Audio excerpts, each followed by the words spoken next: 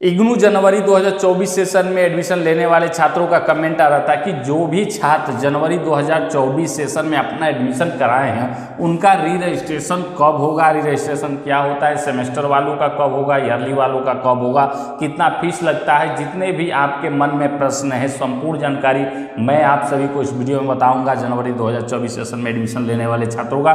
तो चलिए वीडियो प्रारंभ करते हैं। वीडियो प्रारंभ करने से पहले बता दूं कि आप हमारे चैनल पर पहली बार आए तो चैनल सब्सक्राइब करके बेल नोटिफिकेशन अवश्य प्रेस कर लीजिएगा, ताकि जब भी कभी मैं इग्नू संबंधित कोई भी वीडियो अपलोड करूं तो उसका नोटिफिकेशन सबसे पहले आप सभी को प्राप्त हो जाए। देखिए कि इग्नू में दो प्रकार के कोर्स या प्रोग्राम होता है, एक को बोला जाता है कि सेमेस्टर कोर्स, एक को बोला जाता है ईयरली कोर्स। यानी कि सेमेस्टर का मतलब होता है कि जिनका एग्जाम 6 माह पे होता है, ठीक है, और ईयरली का मतलब होता है कि इनका एग्जाम 12 माह यानी कि 1 वर्ष पे होता है, ठीक है। तो ऐसे कोर्स या प्रोग्राम को ईयरली बोला जाता है और 6 माह वाले को सेमेस्टर बोला जाता है। तो जनवरी 2024 सेशन में जो भी छात्र, जैसे कि हो गया BCA हो गया, MCA हो गया, ठीक है, मैनेजमेंट के कोर्स हो गया, PGDCA हो गया, कोई सर्टिफिकेट कोर्स हो गया, या फिर MSc इन्वायरमेंटल साइंस हो गया, MCOM न्यू होगा, ऐसे जो कोर्स है उनका एग्जाम 6 माह पे इग्नू में संचालित होता है। तो ऐसे कोर्स या प्रोग्राम जो है वो सेमेस्टर है, बहुत सारे हैं, उनका मैं नाम आप अपने स्टडी सेंटर से संपर्क करके पता कर सकते हैं कि हमारा जो कोर्स या प्रोग्राम है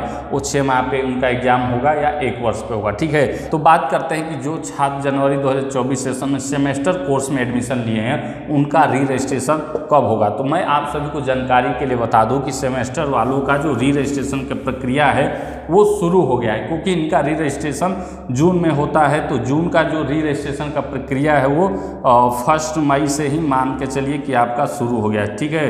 1 मई से इसका जो लास्ट डेट है 30 जून 2024 है, ठीक है, 30 जून 2024, यानी लगभग 2 माह का पर्याप्त समय मिला है आप सभी को री रजिस्ट्रेशन कराने का, ठीक है। री रजिस्ट्रेशन का मतलब होता है कि नेक्स्ट क्लास में, नेक्स्ट ईयर में जाने के लिए, सेमेस्टर में जैसे फर्स्ट सेमेस्टर में आपने एडमिशन लिया तो जो सेकेंड सेमेस्टर में आप जाएंगे उसी को री रजिस्ट्रेशन कहा जाता है। तो मान लीजिए फर्स्ट सेमेस्टर में आपने न्यू एडमिशन लिया होगा जनवरी 2024 सेशन में, तो सेकेंड सेमेस्टर का फीस पेमेंट करने का ही जो प्रक्रिया है, प्रोसेस है, वो री रजिस्ट्रेशन कहा जाता है। यानी कि पुनः नामांकन, पुनः एडमिशन जो नेक्स्ट क्लास में जाने के लिए होता है, ठीक है। इसके बाद बात करते हैं ईयरली वाले कोर्स के या प्रोग्राम में जो भी छात्र अपना जनवरी 2024 सेशन में एडमिशन लिए हैं उनका री रजिस्ट्रेशन कब होगा।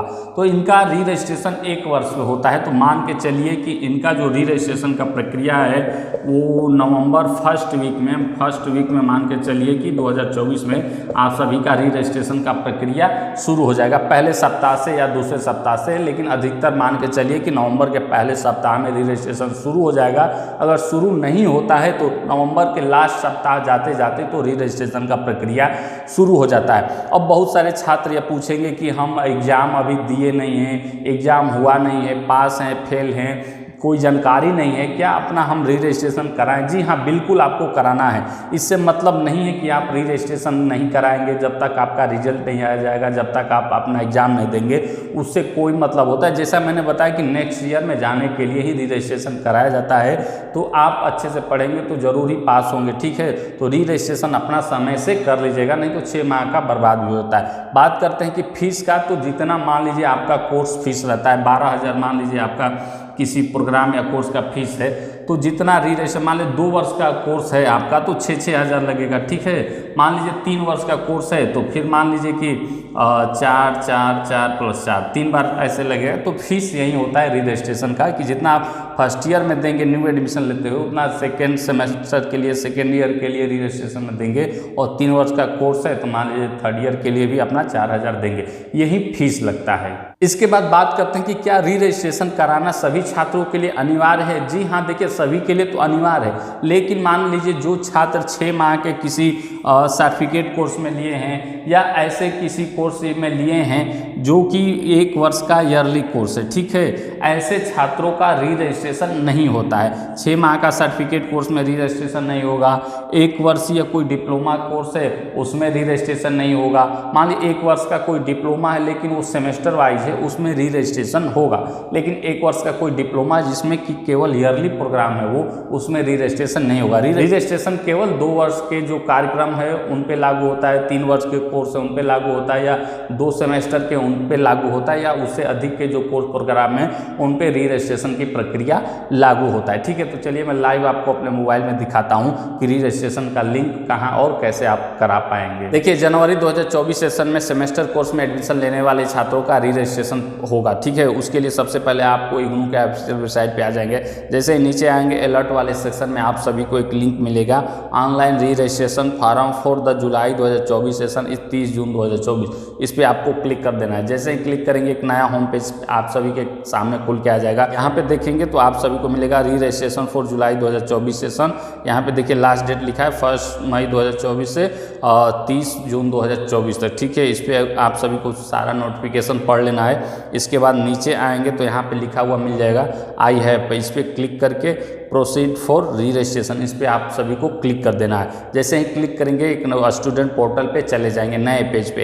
यहाँ पे आपसे पूछेगा यूजर नेम पासवर्ड, तो मान लीजिए पासवर्ड आपने अभी बनाया नहीं है या नया शब्द है, उसके लिए आप यहाँ पे न्यू रजिस्ट्रेशन पे क्लिक करेंगे। पहली बार यहाँ आए हैं स्टूडेंट पोर्टल पे तो न्यू रजिस्ट्रेशन पर क्लिक करेंगे तो एक और पेज खुल के आ जाएगा। ठीक है, यहाँ पे सिलेक्ट प्रोग्राम आएगा, आपका जो भी प्रोग्राम है इसमें सारा लिस्ट आ जाएगा। ठीक है, कोई एक आप सिलेक्ट कर लीजिए। Name as on ID card, जो आपने इग्नू का ID कार्ड डाउनलोड किया है, जो उस पर नाम लिखा है वो वही नाम लिखेंगे इस पर। इसके बाद यहाँ पे अपना इनरोलमेंट नंबर डालेंगे, कैप्चा डाल के सबमिट करेंगे। इसके बाद मोबाइल नंबर पे एक OTP जाएगा, वेरिफिकेशन होगा, फिर एक क्रिएट पासवर्ड का ऑप्शन आएगा।